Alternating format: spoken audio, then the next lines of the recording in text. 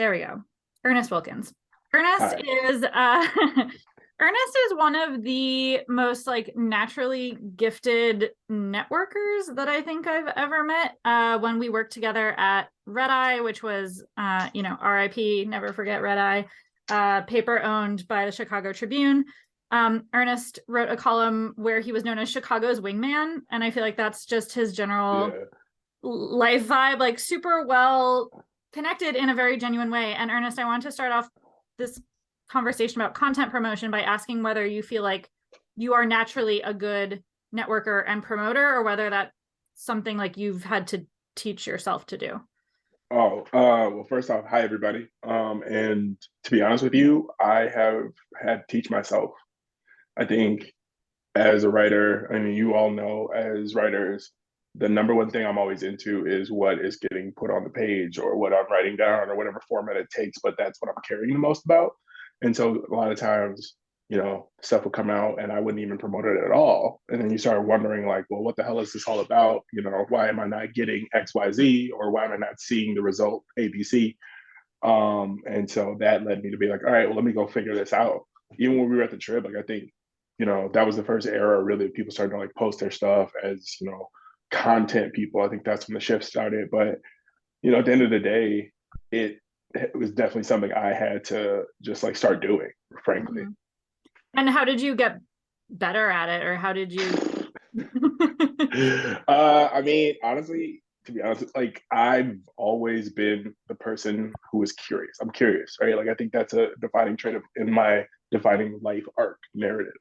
So curiosity has always been a thing. So I have never had a problem going up to a stranger. I've never had a problem talking to people. I've never had a problem, asking questions. And so because of that, it was a lot easier to start promotion because I was not afraid of talking to people. Because it's like I can talk to people. I don't want to all the time, but I can if I need to, especially if I'm interested in something and want to learn something. So uh, we always said in our house, like a closed mouth doesn't get fed. So you had to kind of take that and kind of, and say, okay, well, if it's not going to come from me, it's not going to happen. mm-hmm. So, I just had to kind of dip a toe. But once you've kind of, and you know this too, but once you start reporting, it becomes a lot easier to talk and to kind of discuss what you're talking about. So like I got less anxious over time because I'm like, oh, you're interested in this anyway because you're probably an expert that I'm talking to. So it got a lot easier to promote it because they were self-interested, like, oh, I'm going to read this anyway. I might as well pay attention to it. So that Yeah. helped a lot. Yeah. Yeah. How much is content promotion now a part of your varied work? Like, how much time do you spend actually creating the content versus like getting it out in the world?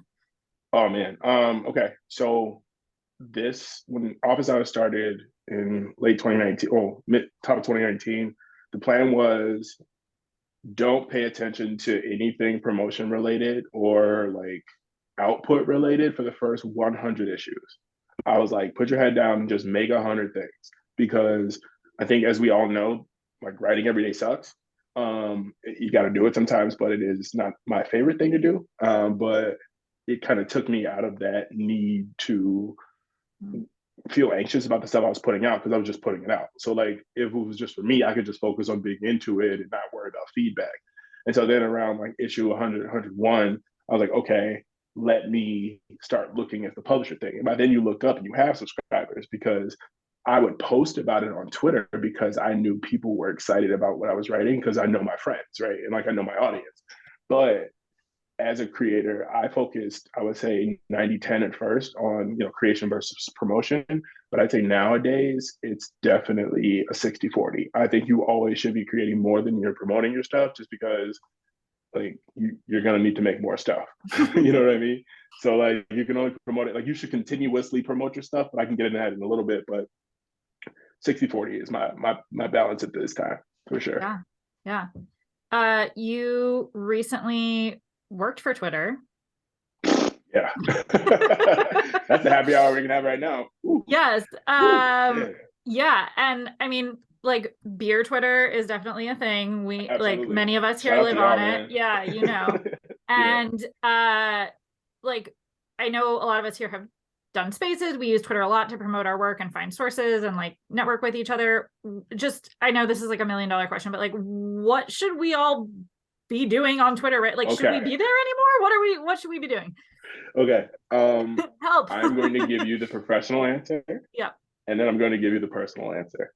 I love it. The professional answer is take advantage of Twitter. Take advantage of the chaos, make the best of it. I can say that from a industry perspective and a niche perspective, niche Twitter isn't going anywhere. Unfortunately, like I wish we all could just like go somewhere else. But the name of the game right now is do the best you can with what you got. And so while I think professionally, if your mission is to kind of cater to a specific niche, and you should be, I think the name of the game should be maximizing your output. I would definitely turn off the personal side of your Twitter. Maybe you don't need to, talk about The Last of Us on there as much anymore. Good show though. But I would say from a professional standpoint, it is a platform that you should use for promotion of your work. And that's about all. From a personal standpoint, I would say, unless you're really into sports, or like I said, there's certain hives of Twitter. I think Beard Twitter is a perfect example of a Twitter community that should stick together. I think stick to the people that make Twitter good for you and ignore everybody else. That's harder to do, but let me tell you, as a guy who has, I've seen a lot on that website over the last 18 months, I can promise you that the good parts of Twitter vastly outweigh the bad parts. And there are a lot of bad parts, but even the guy who owns it is still trying to be relevant on Twitter, right? Like I posted the other day, like it's really, and then this is sincerely how I feel. It's really great that a dude spent $44 billion to get the same dopamine rush I get off like I posted a video of a dog playing the keyboard and it went viral. And I was like, he wants the same dopamine hit I just got. And he paid $44 billion for it. And I just did it like in my kitchen. You know what I'm saying? So when you put it in that context, it's really kind of sad, which makes it kind of funny. But yeah, that's my advice for Twitter. I would say maximize it. Don't let it maximize you. Good. And I'm gonna we'll drop that dog video. I saw the comment. We'll drop the dog video in there. Drop the dog video. I'll try to find it here, or I'll put it in this week's newsletter. Because there you go. There you go. So I think this transitions well to a question that Beth had sent in ahead of time, which was, I have a feeling Beth does not want to be on Twitter anymore, and she wants to promote her work on Instagram, which like interesting platform for writing based people. Is there a way that writers should be using Instagram too? Two things. One, I would say every single person who can hear my voice, every single person who can see me talk right now, you should have your own newsletter. You should have your own newsletter. You should have your own emails, your own email list, the people that are only there to hear what you have to say. That should be your own main mothership of where everybody can find you, your own cinematic universe, right? Everything else is platforms. Platforms are used for promotion the same way, a sandwich board outside of your house on the freeway, overlooking the freeway, is a promotional platform, right? So I think whether it be Instagram, Twitter, LinkedIn, Facebook, I don't know if people are doing fucking farmers only. I don't know. I think for me, the name of the game is showcase the stuff that you do in the medium that is appropriate, right? So like Twitter, yeah, words all day, drop a thread. Don't do the long tweets thing though, because like, come on, dog. Just put a newsletter out. Don't be ridiculous. Instagram, I think I've had success doing things, but you have to basically decide that you are going to own the niche that you report to. And by that, I mean the memes around it, the conversation around it. And I think breaking news is not the place for, it's not on Instagram. So don't do it there. I would say be realistic. And I would say the people who are subscribing to you aren't just there. That's not the only thing they care about, for lack of a better term, right? Like they're multifaceted. I think like Wash Media does a really good job of this, where they're basically like, all right, you're between 35, they know who their audience is, they're keeping it locked in, and they just talk to them. And if you remember that audience or you identify with it, you get it. You may not follow them, but if you see something, you'll identify with it. And I think this is a very scaled down version of that, right? Like using a terrible example, let's say you're a beer writer and all you care about is sours. That's all you care about. You don't care about anything else. You're the sour power. I don't fucking care. But the name of the game for you should be sour memes. Give me a sour face. Give me something that, give me some reviews. Give me some pretty looking glasses. Give me the stuff that I want from a person who knows what the hell they're talking about. that is a general thing that should apply across all platforms. Right. So the messaging might change and how you message might change. So it might be photos on Instagram and a block of text on Twitter. It might be a LinkedIn post talking about somebody in your industry who's doing well on the business side. You know, whatever you want to do and however you like to get down, it's your choice. But just always be talking to your people, no matter where you are. Yeah. Several people on here right now and in our group generally have newsletters. Yay, they've been good. To your advice. Ernest, why do you use Beehive to publish your newsletter versus competing platforms? Okay, I'm not gonna get messy. This is funny. So the short version is I love Substack because I once asked why only conservative writers come up when you type in culture in the search. And I asked this to the CEO of the Substack, and it was a very long conversation. And he wrote me like a book in a DM. And needless to say, I'm not on Substack anymore. The way I saw it, I don't care what platform you use. I think it's your own choice as a publisher, but like you are a publisher. That's the other thing. Like you're not an employee anymore, right? You don't work for anybody but you. So the long and the short of that means you need to be accountable to your own personal choices and the things that matter to you, right? Me personally, I have a lot of people in my life who are, LGBTQIA, trans folks. We ain't doing that. I don't associate that with my brand, and the people who associate with me don't associate with that. So it would be like basically like if I set up if I set up a business on a block, right? And the block next, the store next door is the Hells Angels. And so every time you try to walk to my store, the Hells Angels beat you up. It would probably be bad business for me to keep my business on that block, right? So you got to move. Beehive is a lot of it's a couple ex Morning Brew people, but a couple ex Substackers. I got no personal beef with Substack folks. I think there's a lot of people there who obviously are doing good in spite of. Like I think any organization at this point, there's always that like cheesecake layer of humanity that's still there. But I think for me as an operator, I started losing subscribers because people said like I can't give money to Substack anymore, right? And so it was like, all right, well, yeah. I just saw a thing in a comment. Yes, it's tantamount to deleting your Twitter at that point. I think it's your personal choice. You don't have to be on Twitter.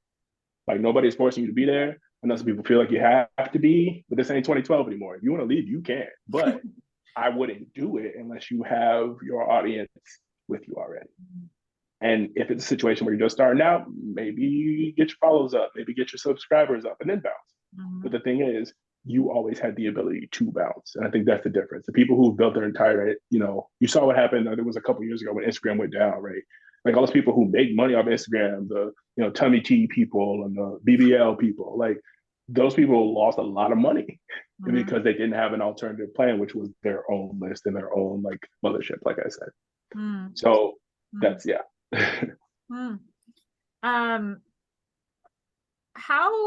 How hard was it to, when you were in that first 100 days of like just creation, how hard was it then to like turn on the part where you're like, oh, now I do care whether these people are here and like, did they follow me? Like, did they come with me? Yeah. I can say honestly, I didn't do it very well. I think I tried to go like paid subs and get like really into the whatever trendy stuff was happening, because this is probably in this top of 2021. And so like that was the big wave, like, oh, do paid subs and give a specific tier of content just for them. But to be honest with you, I think that isn't for everybody. Like if you're the type of person, I think honestly, to be quite frank, I think beer Twitter and beer writers probably can get away with it because you have insights, you have Q&A excerpts, you have things that got cut. You can kind of give those extra little content pieces. I would say don't do a paid subscription, tier unless you have a backlog of stuff. Just anecdotally, but for me, I didn't handle it well because I started only looking at numbers, right? And the quality of my stuff. And I'll tell you, I'm the person who wrote it. Like I cared more about putting things in that would get clicks, putting things in that would get engagement. And it sucked for a couple of issues. Like, I mean, probably good 15 to 20 issues afterwards, just not great. And I could say that confidently because I was able to be aware of it and be cognizant of it and say, okay, well, I got to get back to focus. And for the standpoint of just making 100 of anything, I think that's a daunting number for people, but it shouldn't be, because there's only, and this is the part I'm trying to leave you guys with like a couple of things that are actionable. This will be one of them. So, get your notes ready. One, make a template. Make a template. Before you write anything, before you write your next newsletter, make a template. Make sections the same way. This is a publication. This is a blog that comes to somebody's email inbox. This is a publication that comes to somebody's email inbox. You are a publisher. This is not a quirky creator thing. You're not a creator, you're a writer. You are an expert. Act accordingly. So tighten up your stuff. If you looked at that first 100 office hours, it was the same headers every single time. It was the same blurbs every single time, and you just plug and chug.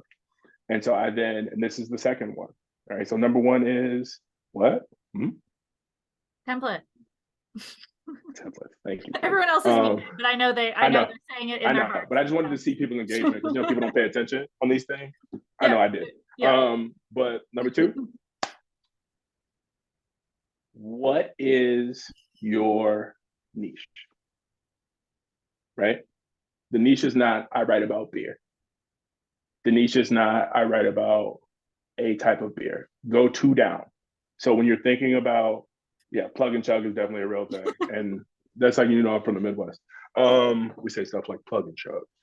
But what I always tell people is, if you're struggling to write, or you're struggling to figure out what your voice is for your newsletter or for the publication or that you're trying to write for your own freelance style, go too deep.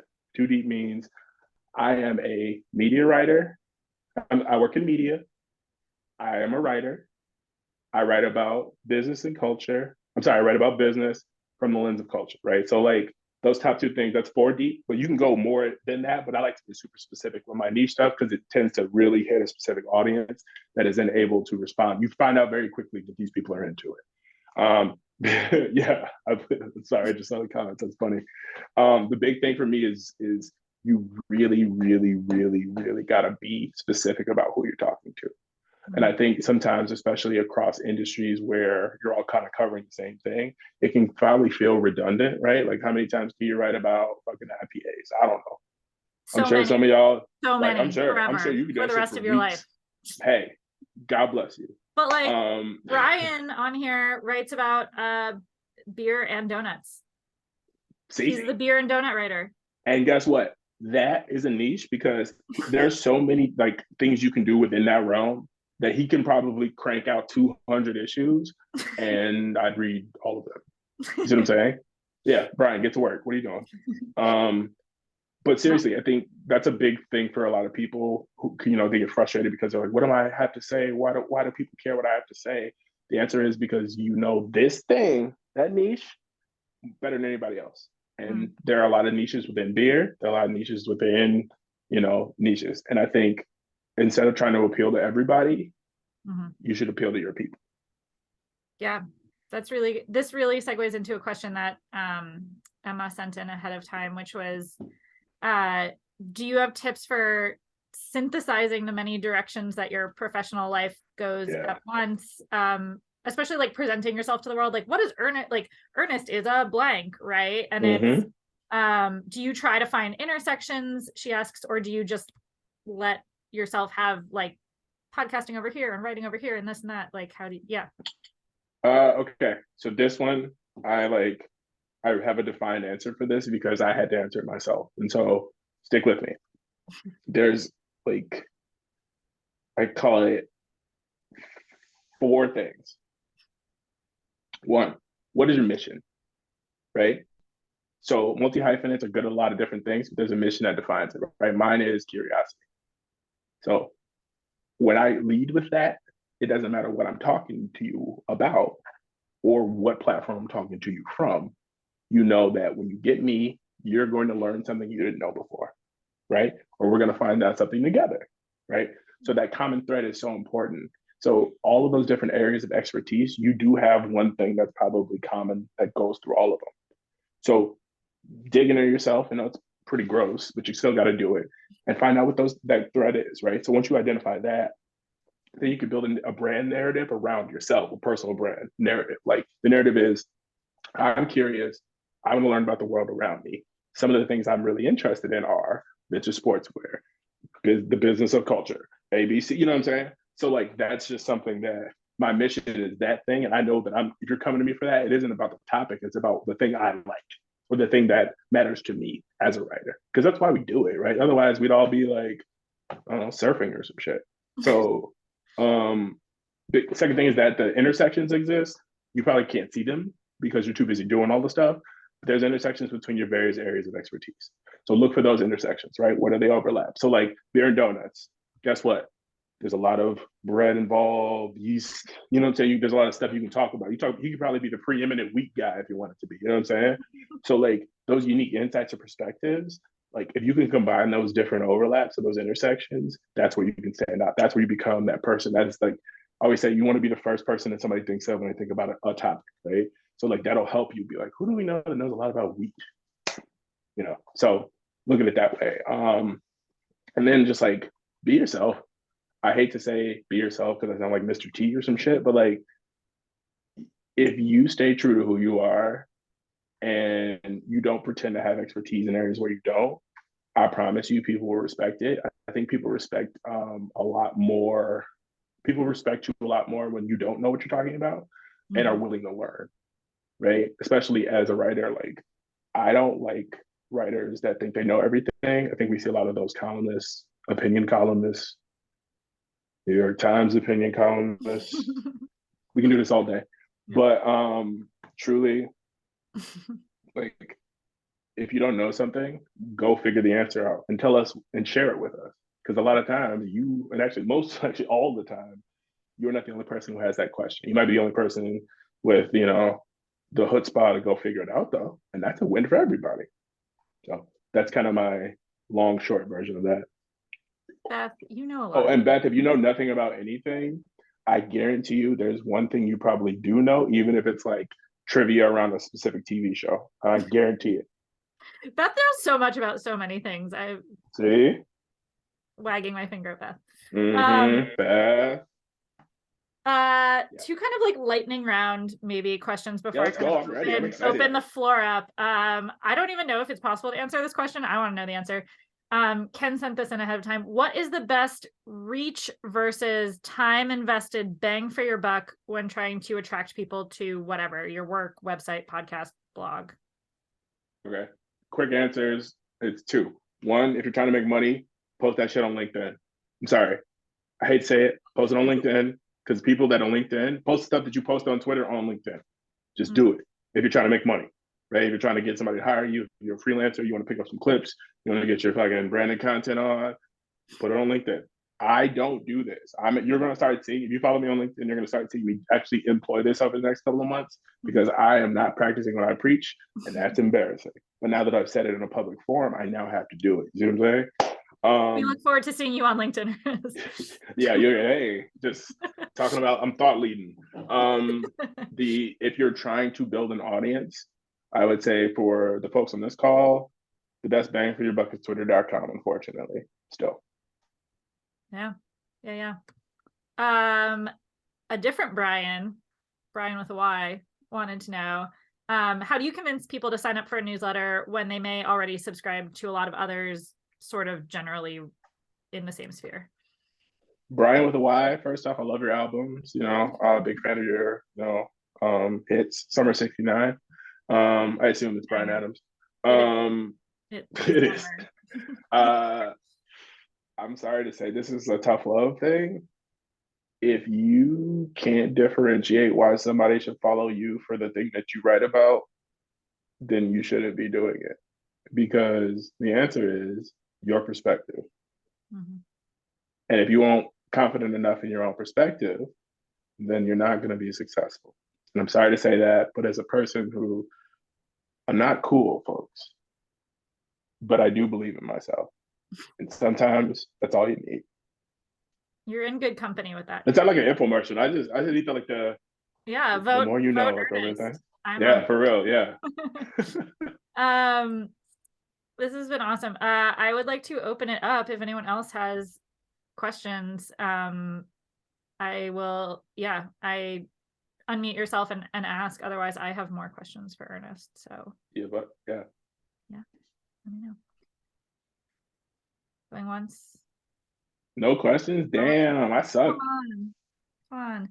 I have a question. Yeah, all right. Thanks. So I guilted him. I don't. No, I mean I don't. Let's put it this way. Most of my writing has been semi-academic or for professional associations, and I'm trying to leap a little bit more to a larger audience. Mhm. What's a good platform to do it? Should I just host it on my own webpage, or should I use another writer's platform or publishing platform or something like that to make it available? Okay, great question. Okay, two things. One, do not do the analysis paralysis thing of figuring out which platform you got to use or which one is better and all that. It just slows you up. It's a form of procrastination. I'm not saying that to you, but I'm saying I see that a lot. Number two, your win is taking that academic stuff and dumbing it down, right? And so it really doesn't matter. I would say start with an email newsletter so you can connect emails, which is a central point we've talked about previously. But I would say your win is if you can take academic concepts and make them explainable to like a guy who or a woman who doesn't know this stuff but might be interested in it, then that's your win. So I see a question in here about the personal web pages. A lot of the newsletter providers at this point will just make you a one page like thing, like Beehive does it. And legit, that can just be your website. I just bought my domain name and it redirects there. No muss, no fuss. Also, folks, I know we all are very self critical with the web design stuff, but nobody cares, bro. There's so many terrible websites out here and they're getting crazy clicks and links and people love them. So be nice to my friend. Just put the shit out and people will come to it because you're authentic and you have your own voice. Ernest, as a person speaking for myself here who considers herself like a writer, like I like to use the written word. I feel less comfortable doing audio stuff. Like, I mean, I can like be on podcasts, it's fine, but like I really, it doesn't feel like my forte. How important is it to dip your toes into that sometimes? Get into audio. Audio is where us people can flourish. Us talker people, us people who can wax poetic and make people care about something that they may not care about. Audio is your best outlook for also like creating a consistent, like I said, community around your stuff. You don't have to make a podcast and make it all fancy, but there's a lot of services where you can take your newsletter, turn it into audio. Not your podcast, you didn't do anything. Sorry, there's no running from the work. It's a great Dame Lillard once said. Oh, so to answer your question, sorry, just not a question and thinking Brian, I want to answer it.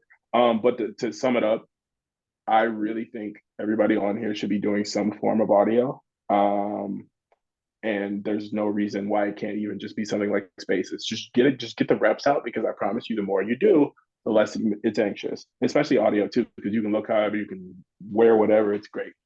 I'm gonna take Brian's question about the multiple IG accounts and Facebook pages because I also had this issue. I would say if you are, again, to the point of focusing on a specific demo, then yeah, funnel it into one thing, get your best of your best and funnel it. So if it's like beer nerds is your funnel, all of the shit funnels up to beer nerds. So if your best memes from fucking barrel age, your best fucking, I'm running around of beer types. You see what I'm saying? The best stuff goes funneled up. Otherwise, leave it separate. Damn, Julie, that's a great question. How do you feel about using the word newsletter, promote your newsletter? I don't care. It doesn't matter because that's what it is, right? You can call it a blog if you want to call it a blog, you can call it stuff like that. It doesn't matter. It is better than blog, but blogs are okay. Nobody believes me, but I'm right. Blogs are back. You heard it here first. Blogs are back. They'll be back by the end of the year. You're gonna start seeing people talk about blogs again. When you hear it, don't be surprised. Okay. Let me clarify on this. So audio content, I would say be an expert, go to other people's podcasts, even if they're your friends, even if they're people in this group, you guys could probably all get 6 months worth of content just by talking to each other. Right? Self-promotion is a thing. Don't be afraid. You already know these people. And you can have the same conversation you're probably having at these conventions and these events just on a mic. Gerard is absolutely correct. Newsletters are blogs and newsletters are back. You see? It all makes sense. But no, as far as I was talking specifically about a software that you can use to turn your newsletter. It's voice to text. So it'll literally text to voice, and it'll take your text and turn it into somebody reading it. So that's just an easy way out for the folks who don't want to necessarily sit there and record stuff. But I think being an expert on someone else's podcast is great because they always need people to talk, and it's a good way to get easy reps in low stakes environments because everyone wants to see you succeed. Because all you got to do is talk about the thing that you're literally talking about all day, every day. So I think that's a good opportunity. But like I said, the thing about it is reps. Just get as many as you can. Once it becomes less daunting, I promise you, you will just black out and be able to do it the same way you can black out and write 600 words. Pam, okay. So I hate social media. What are some tips to help people like me create content? Pam, you're not gonna like my answer. Do that shit anyway, Pam. Okay. The answer is at this point, there are enough tools for the average person to create without having to necessarily spend too much time on it. If you want to be an AI person, there's a lot of software that exists.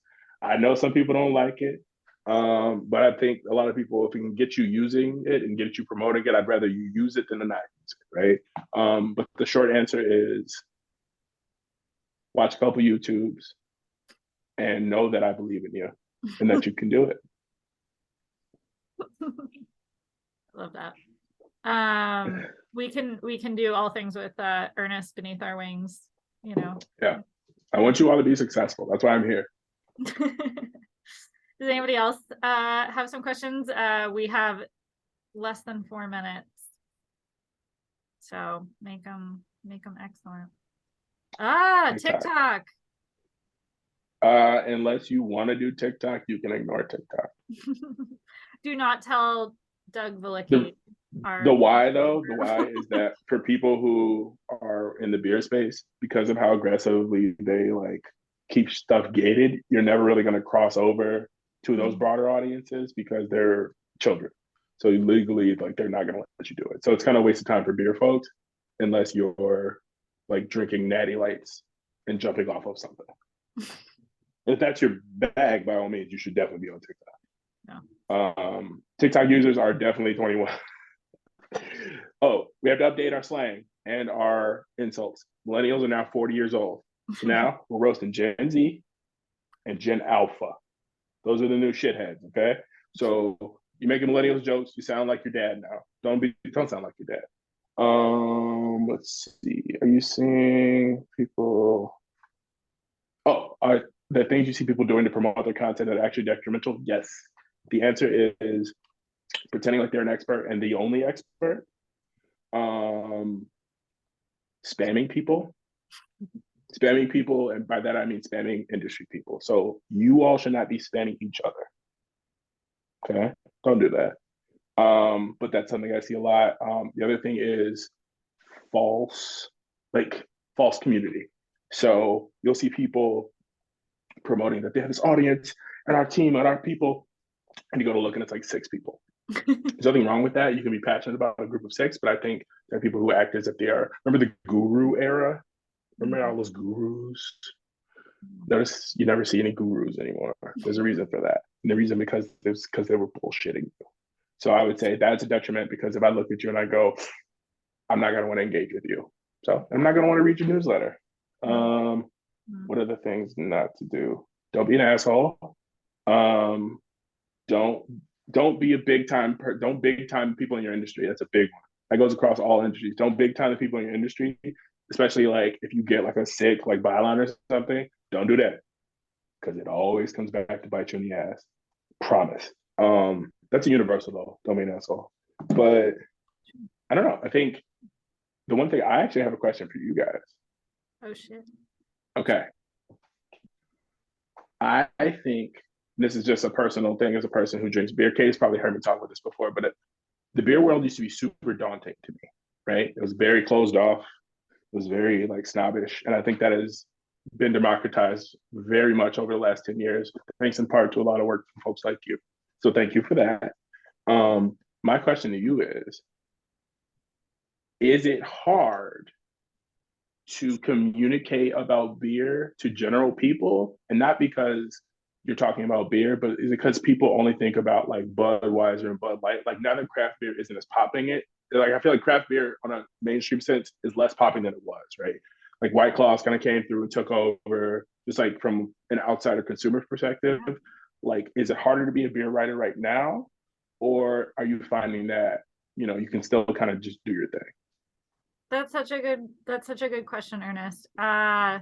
We have like less than a minute, so I feel like we're not going to get to answer it, but like maybe people can answer it to you on Twitter or some other way. Yeah, follow me on Twitter, Ernest Wilkins here. I'm putting in the thing. Bye.